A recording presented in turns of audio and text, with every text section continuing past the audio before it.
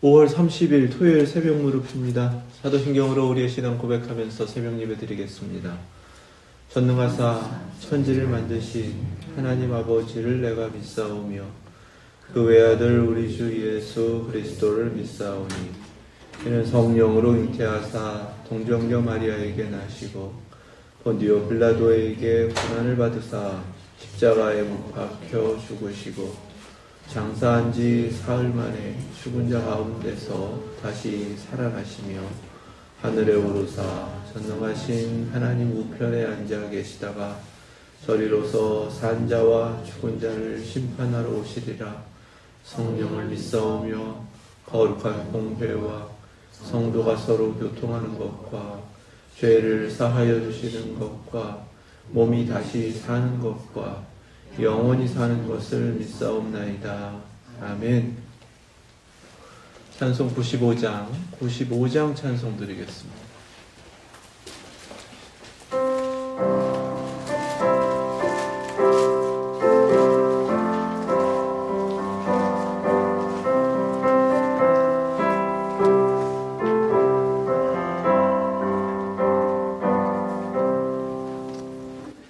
나의 기쁨 나의 소망 되시며 나의 생명이 되신 주 밤낮 불러서 찬송을 드려도 늘 아신 마음 뿐일세. 나의 사모하는 선한 목자는 어느 고다운 동산에 양의 무리와 늘 함께 가셔서 기쁨을 함께 하실까. 길도 없이 거친 넓은 들에서 갈 길 못 찾아 애쓰며 이리저리로 헤매는 내 모양 저 원수 조롱하도다. 주의 자비롭고 화평한 얼굴 모든 천사도 반기며 주의 놀라운 진리의 말씀에 천지가 화답하도다. 나의 진정 사모하는 예수님 음성조차도 반갑고 나의 생명과 나의 참 소망은 오직 주 예수 뿐일세.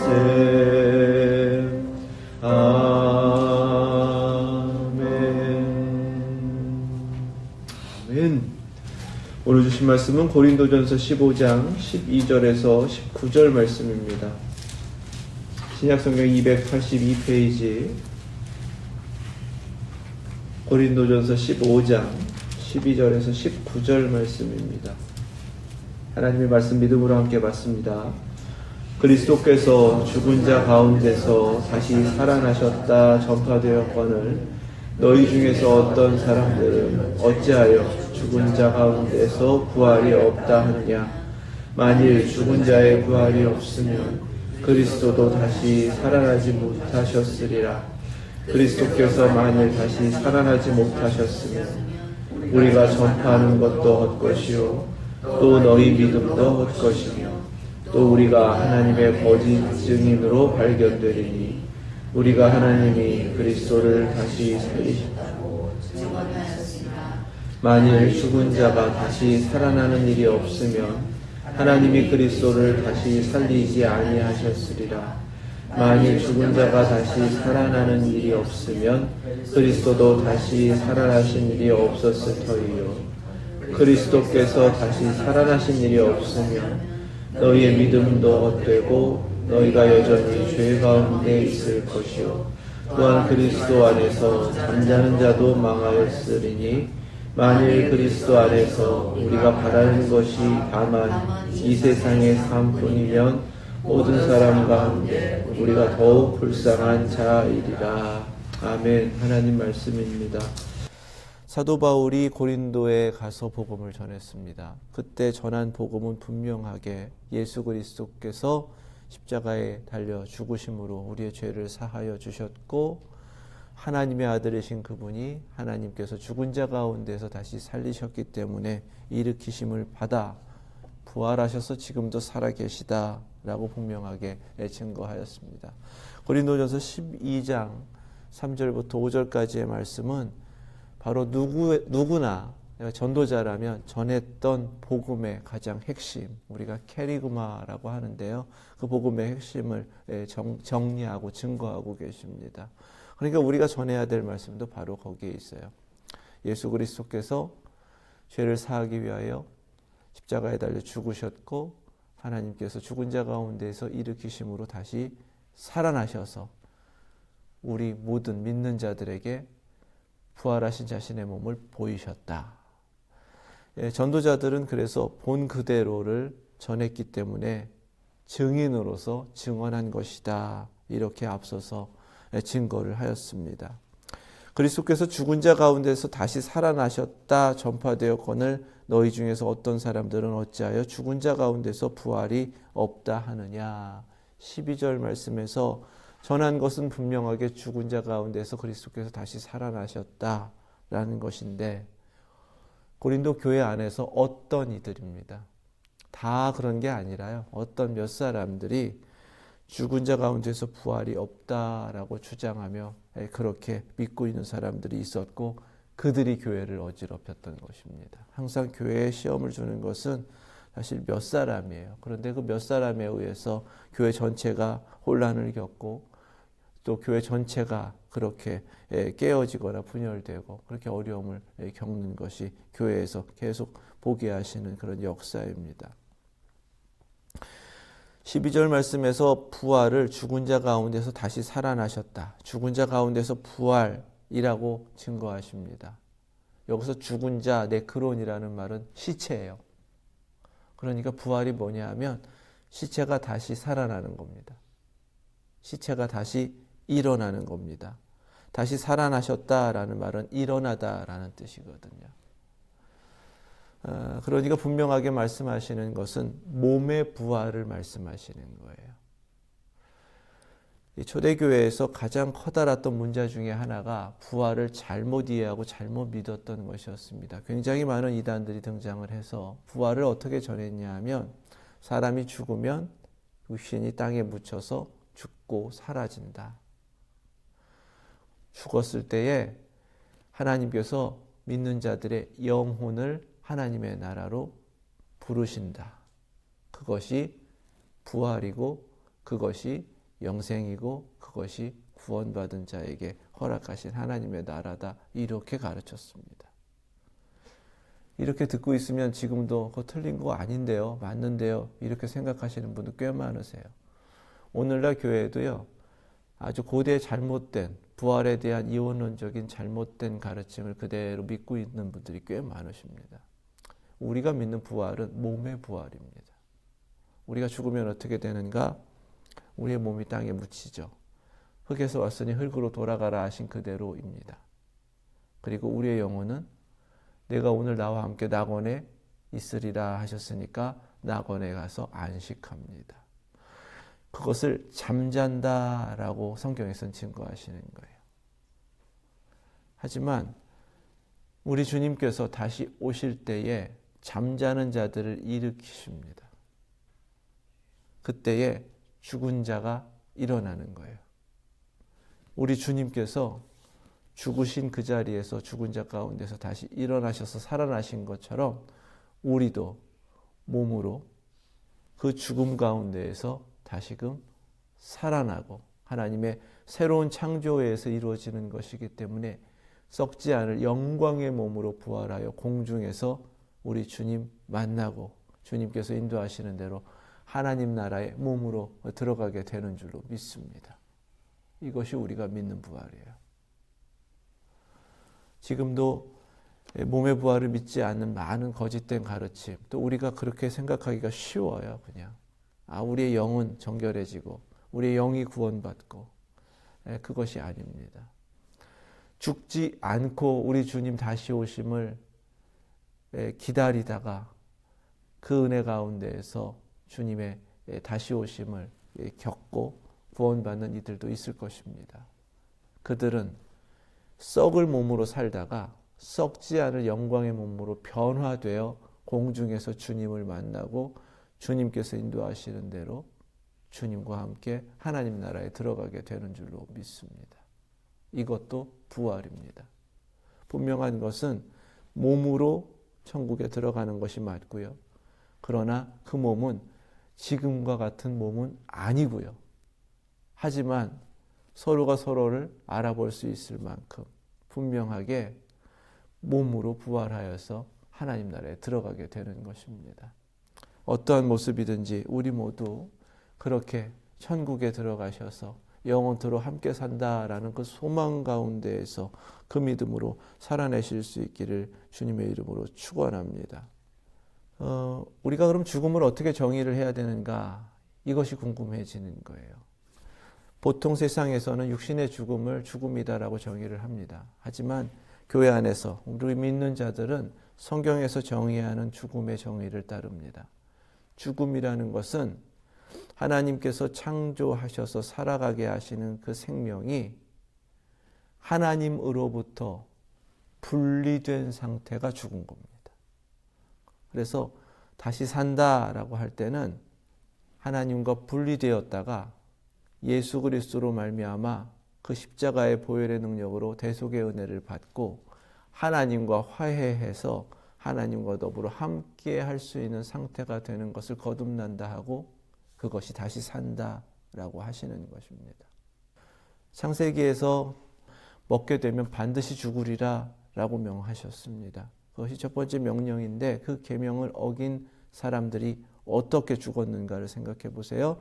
첫 번째는 하나님과 더불어 함께 살도록 허락받은 에덴 동산에서 쫓겨났습니다. 동산에서 쫓겨났다라는 것은 분리되었다라는 거예요. 하나님과 분리됨, 이것이 첫 번째 죽음이고요. 동산에서 쫓겨난 사람들은 결국은 육신으로 죽게 되었습니다.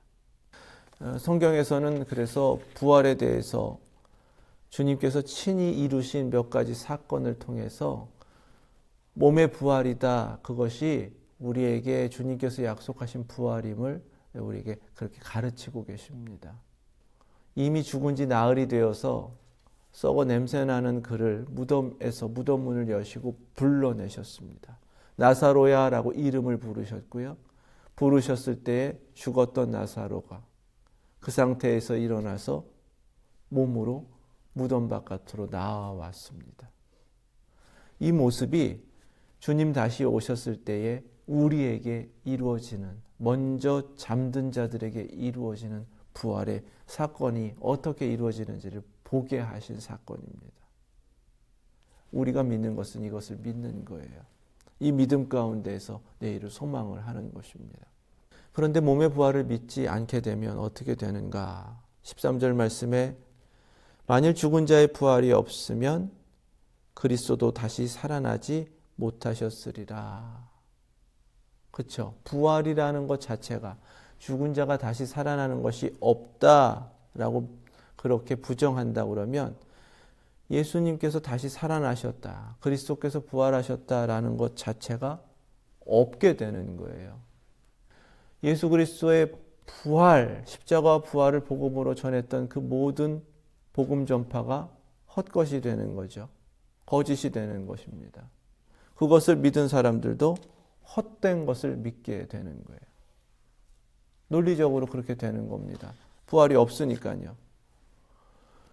그러면 그 진리라고 여기면서 자신들이 본대로 증인이 되어 증언한 그들은 거짓 증언을 하게 된 것이죠. 그러면 그 증언 가운데에서 하나님께서 하나님의 아들 그리스도를 죽은 자 가운데서 살리셨다라고 증언했는데 바로 그 증언한 것조차도 거짓이 되는 것입니다. 부활이 없으면 하나님이 그리스도를 다시 살리지 않으신 것이 되는 거예요. 그러면 하나님께서 하나님의 아들을 다시 살리지 않으셨으니까 하나님의 아들인 그리스도도 다시 살아나신 일이 없어지는 거예요. 사건 자체가. 부활이 없다고 하면요. 부활을 믿지 않으면 그런 것입니다.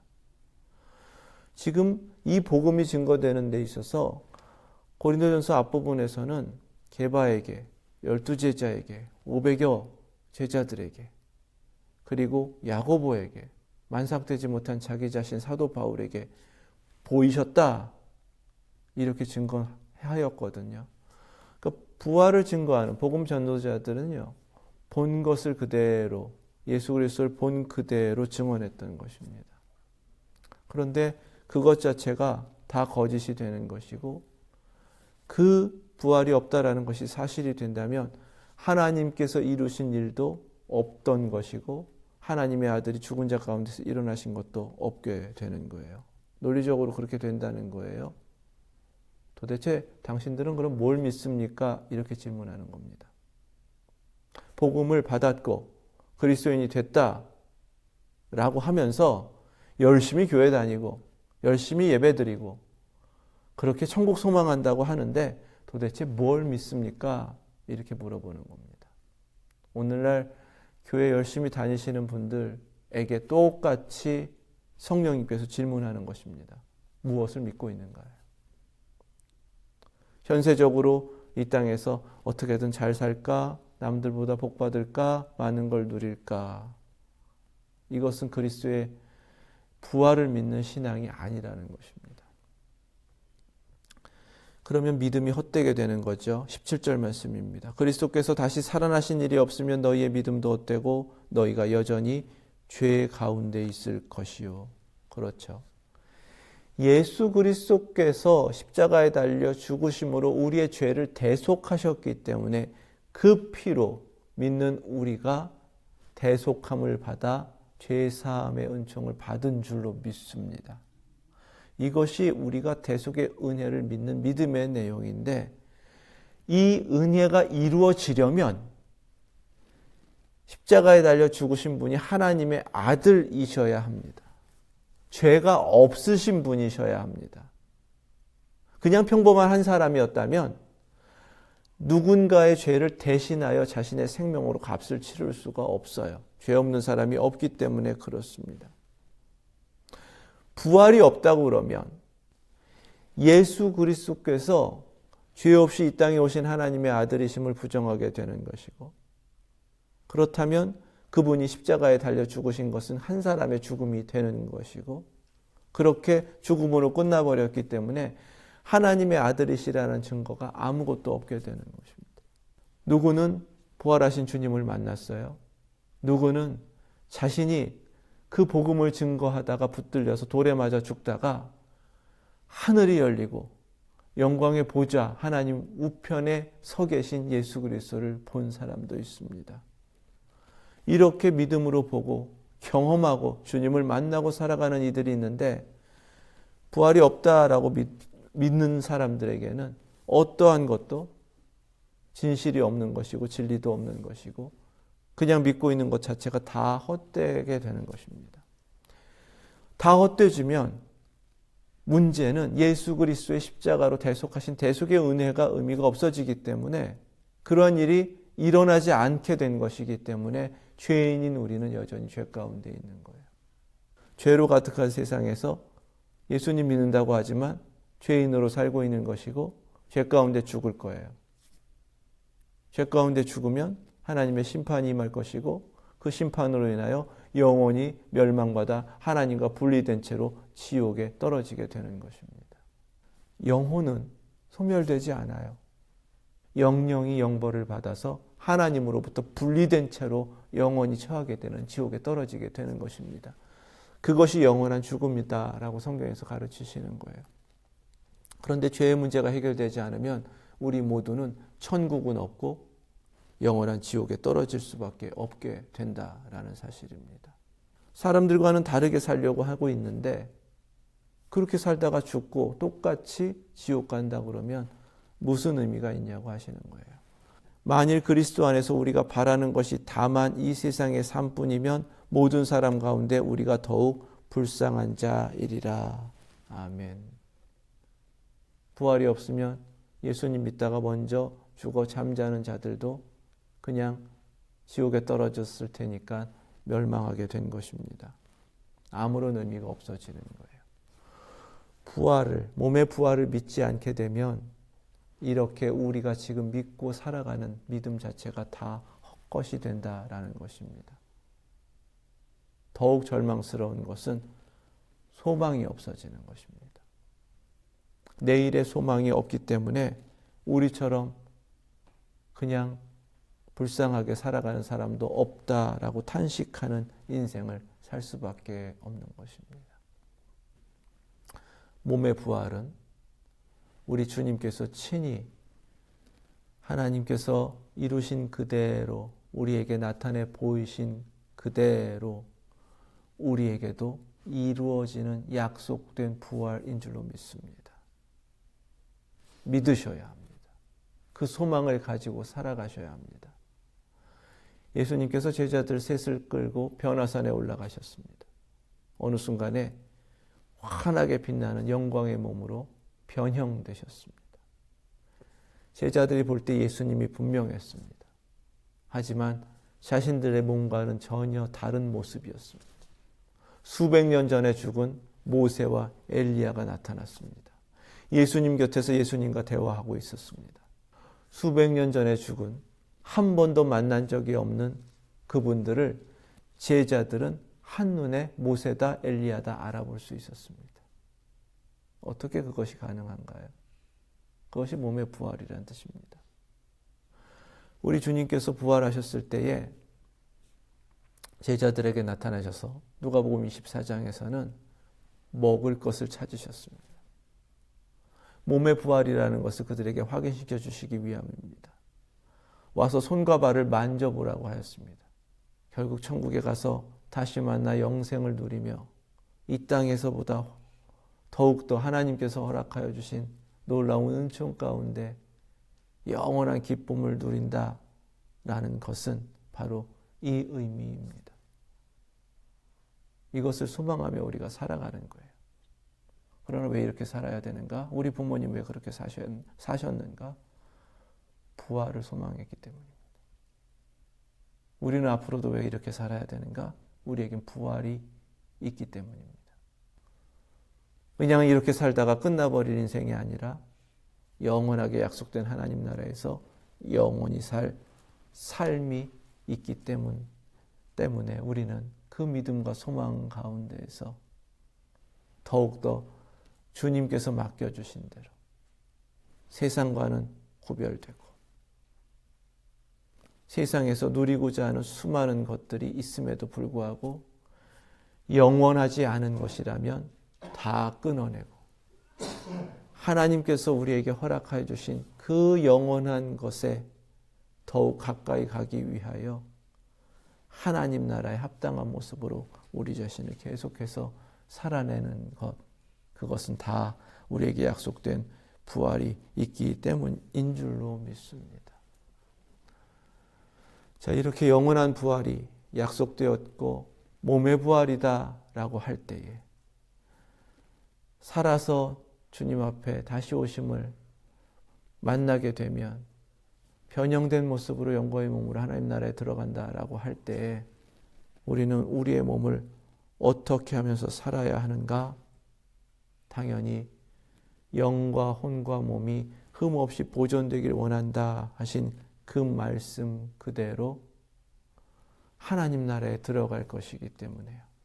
비록 죽는다 하더라도 흙으로 돌아가서 사라지는 것과 같다 할지라도 다시금 주님이 나를 부르셔서 죽은 자 가운데서 일으켜 세우실 몸이기 때문에, 그리고 영광의 몸으로 새롭게 창조하실 것이기 때문에 끝까지 우리의 몸을 거룩하게 지켜내야 하는 것이 우리의 사명이다라는 사실입니다. 갈라디아서 6장 14절 말씀이에요. 그러나 내게는 우리 주 예수 그리스도의 십자가 외에 결코 자랑할 것이 없으니 그리스도로 말미암아 세상이 나를 대하여 십자가에 못 박히고 내가 또한 세상을 대하여 그러하니라. 아멘.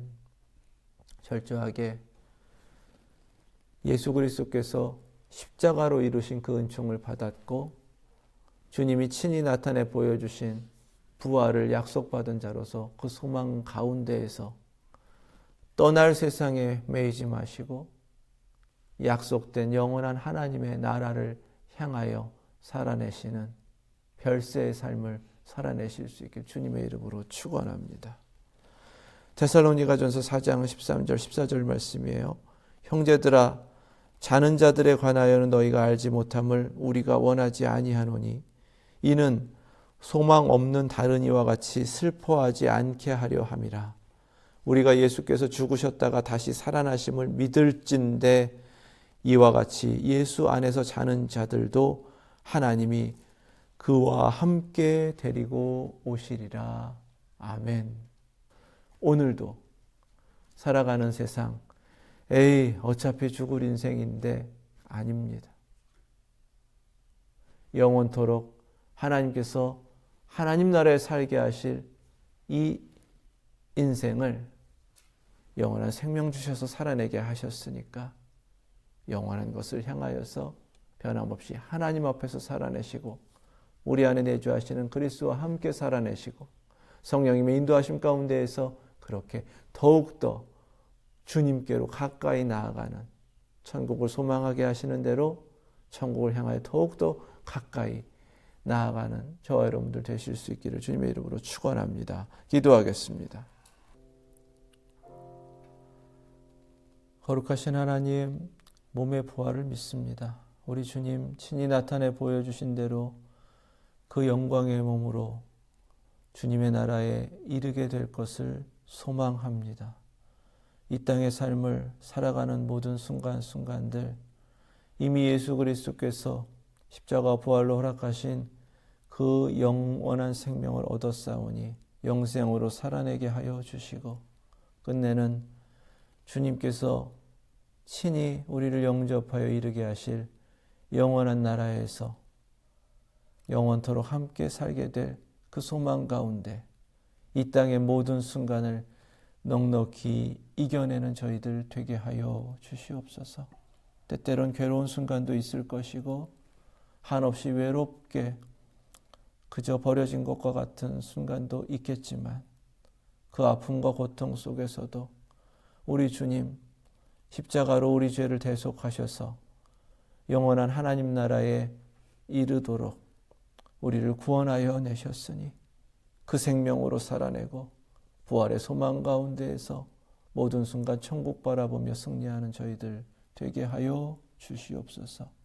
오늘 하루도 약속된 것을 향하여 나아가는 저희들 발걸음 되게 하시고 결코 순간도 이 세상에 매이지 않게 하시고 조금 더 세상 즐거움, 세상에 누릴 수많은 것들 조금 더 버리고 영원한 하나님 나라를 바라보며 영원한 것을 더욱 사모하는 저희들 되게 하여 주시옵소서. 예수 그리스도의 이름으로 기도드립니다. 아멘. 하늘에 계신 우리 아버지, 이름이 거룩히 여김을 받으시오며 나라 임하옵시며 뜻이 하늘에서 이룬 것 같이 땅에서도 이루어지이다. 오늘날 우리에게 일용할 양식을 주옵시고 우리가 우리에게 죄 지은 자를 사하여 준 것 같이 우리의 죄를 사하여 주옵시고 우리를 시험에 들게 하지 마옵시고 다만 악에서 구하옵소서. 나라와 권세와 영광이 아버지께 영원히 있사옵나이다. 아멘.